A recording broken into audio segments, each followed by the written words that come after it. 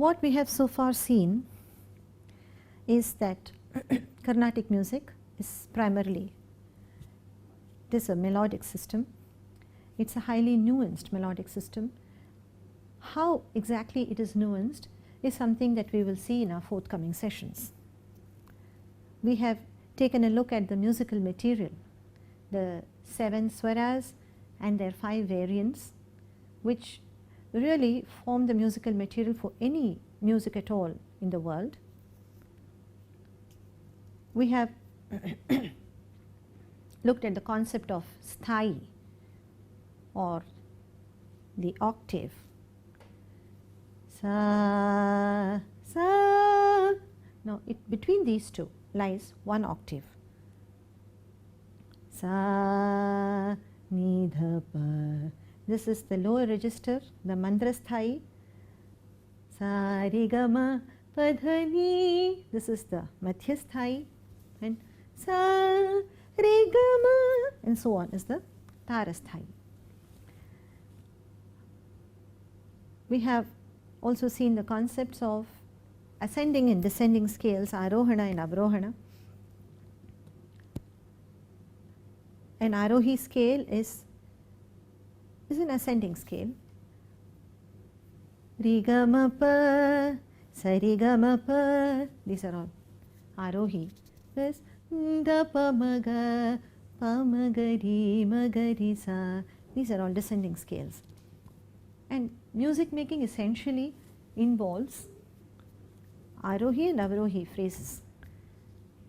And there are phrases, there are sometimes you use the same note for a long time, and that is another movement possible.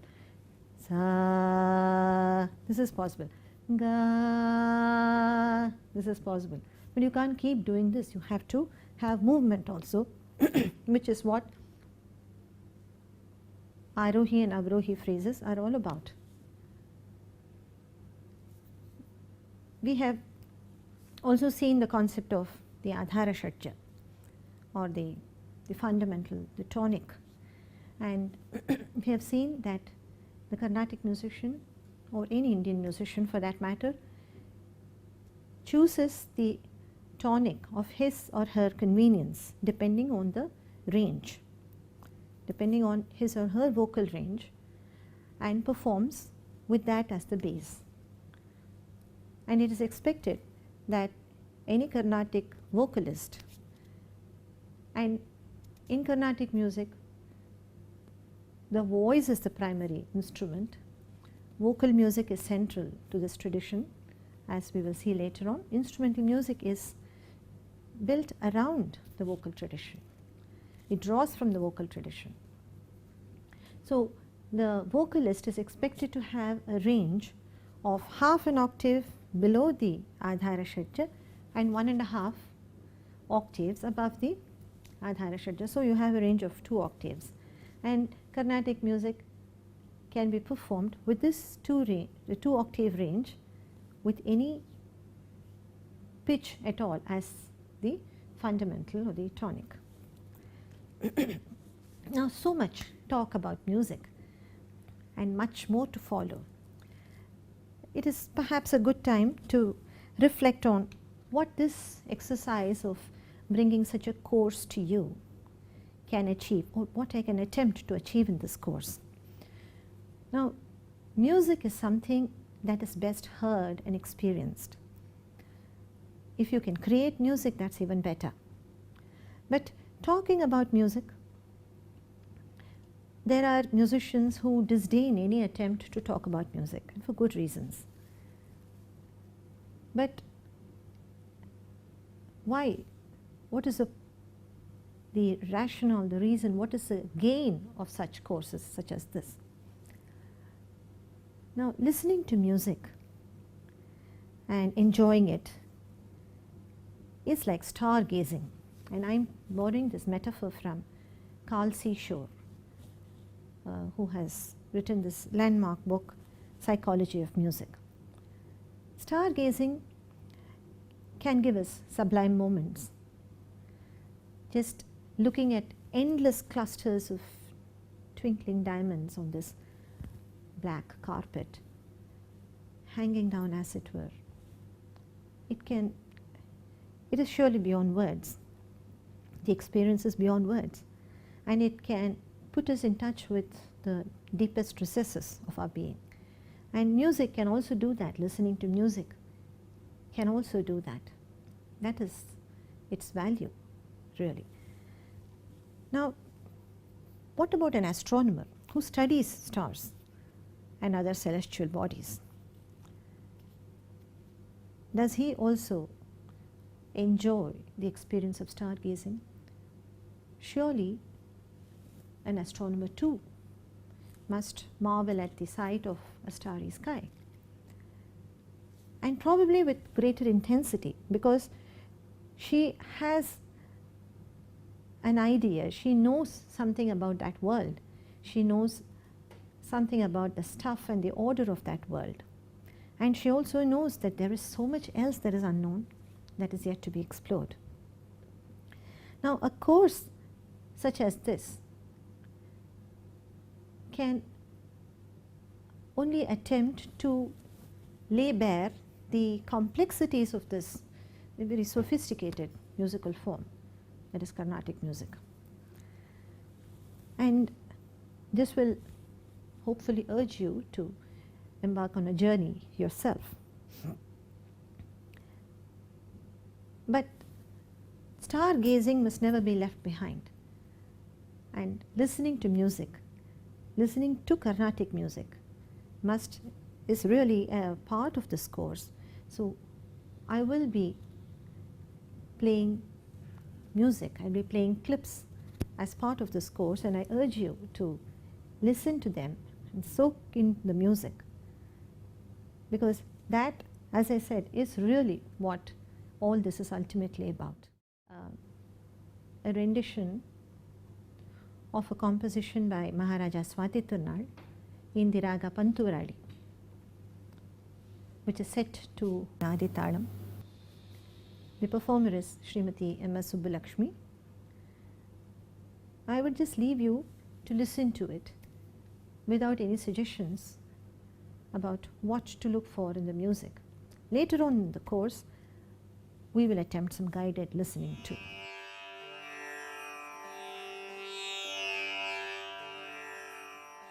So that, as I said, was Srimati M.S. Subbulakshmi singing a composition of Maharaja Swati Tirunal in the Raga Pantuvarali set to Adi Talam.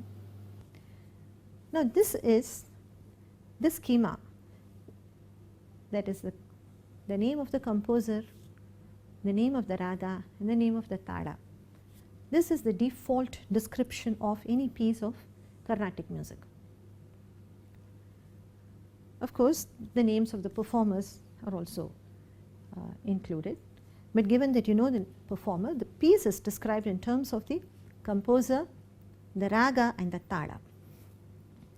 Now, it is interesting to reflect, to consider how pieces from other musical genres are described. For instance, if you have a film song, in our country, film music is the popular music. How is a film song typically described? You would say it is featured in this film. The lyricist, the person who wrote the lyrics, is such and such a person, and the music director is this person, maybe A.R. Rahman or Ilayaraja or whoever it is.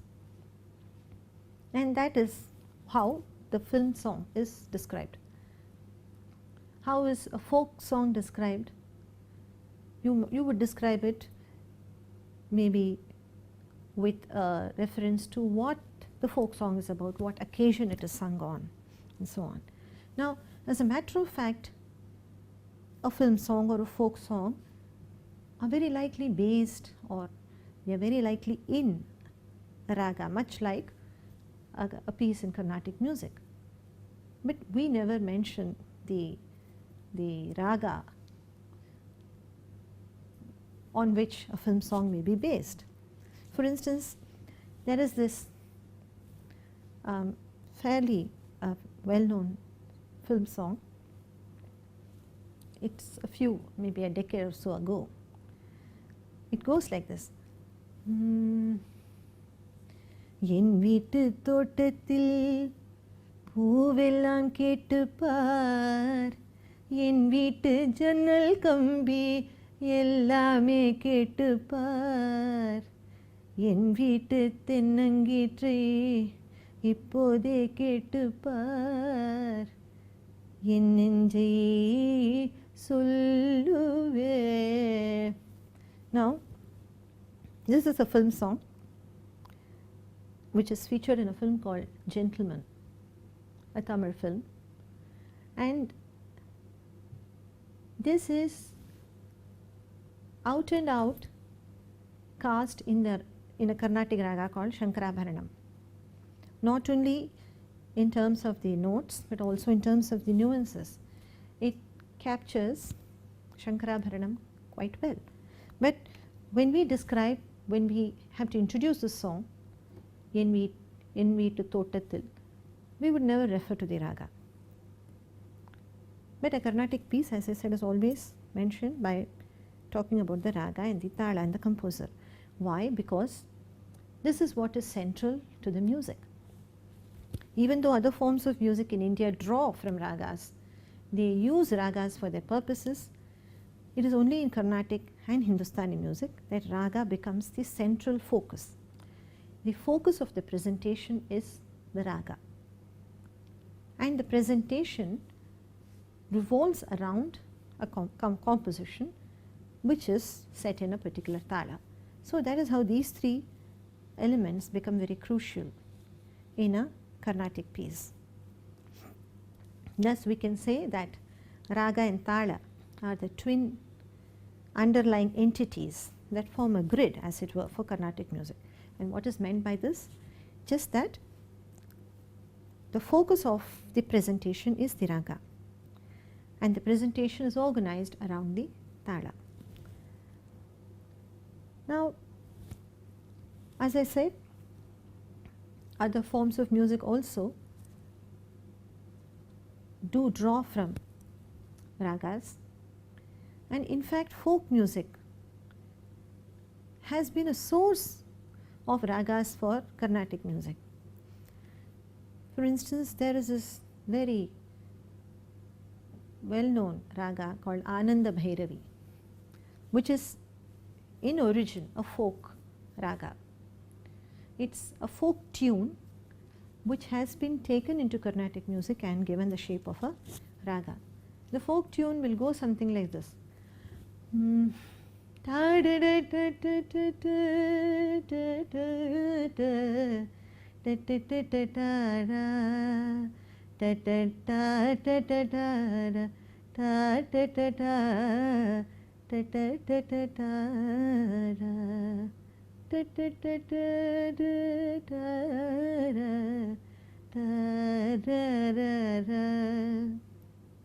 this is a folk tune in Ananda Bhairavi, and this has been the source of the raga Ananda Bhairavi in Carnatic music. Now, as promised, I will play another clip in which Professor V.V. Subramaniam has performed this raga Ananda Bhairavi. V.V. Subramaniam is a highly respected violinist here. He is a virtuoso and a great master, and we were lucky to have him here in our studios performing for us. Please listen to Ananda Bhairavi as performed by V.V. Subramaniam. We have Thiruvarur Bhaktavatsalam on the mridangam, accompanying him on the mridangam. Listen to it and see how this folk tune has been transformed into a classical raga.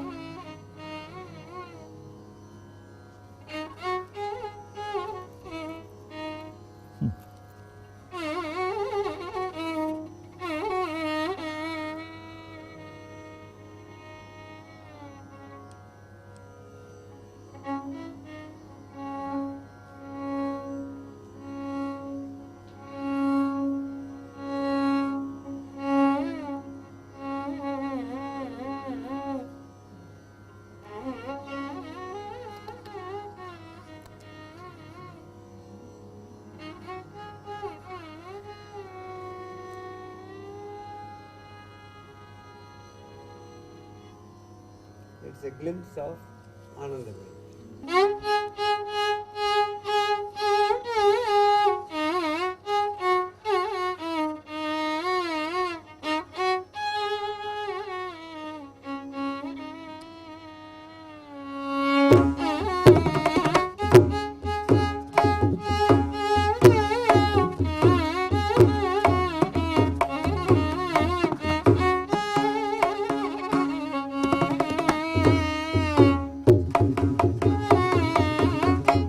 So that was sublime music. But a question for a novice is always this, that a Carnatic piece is so long. Even a 10-minute long rendition is long for a novice, and a Carnatic rendition, a piece in a Carnatic rendition can go up to 45 minutes to an hour. So what does a Carnatic musician do for this long? How can anyone perform just a single piece for so long? This is a valid question. Now the answer lies in the scope offered by the raga and also the presentation format that has evolved in Carnatic music. So we have two aspects. We have the raga. Now many core traditional Carnatic ragas offer immense scope for exploration, for build-up. Number two, the presentation of a Carnatic piece has 4 or 5 elements, and we will talk more about this later. And of these 4 or 5 elements, the composition is certainly one. The others are aspects of improvisation.